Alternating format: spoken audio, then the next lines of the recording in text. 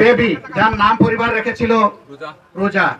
রোজা শব্দটা হলো পার্সি, এর কোরআনিক শব্দ হলো সোম বা সিয়াম।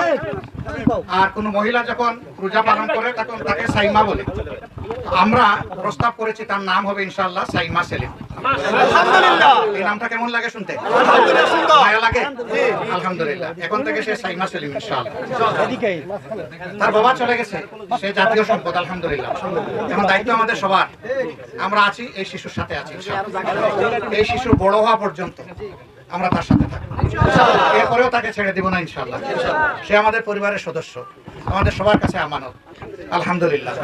আমার কিছু সাংবাদিক বন্ধু ভিতরে ঢুকেছিলেন, বলছিলাম যে কুলে নিয়ে বাইরে আসবো। তো সাধারণত বেবি দেখলে মানুষ একটু সালামি দেয়, আপনাদের এদিকে দেয় নাকি? দেন তো, আমার একটু সালামি দেন তো, যে যত পারেন দেখি আজকে। না নিয়ে আসেন নাই, যা পারেন তাই দেন। মাশাআল্লাহ, এই আস্তে আস্তে। এই ভাই আপনি আগুন হয়ে গেলেন কেন? না না না, ভাই এটা ঠিক।